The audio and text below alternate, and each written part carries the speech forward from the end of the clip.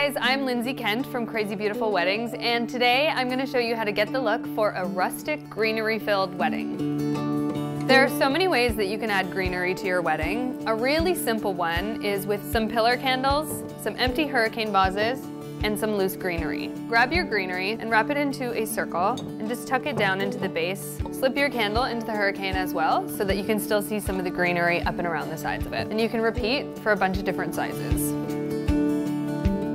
Once your candles are in, you can place them artfully down the center of your table as a quick and fairly inexpensive centerpiece.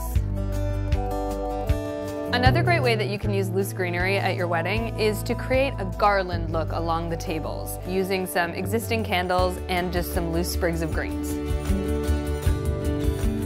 Always ask for extra greens from your florist for styling on the day of your wedding. On the bar, on a cake table, a little sprig on each place setting, your welcome sign, and it just gives it that little something extra that are going to make people love it. Greenery is a really inexpensive, beautiful way to get that rustic, organic look, and it's something that you can totally DIY. For more wedding inspiration and DIYs, visit bemakeful.com.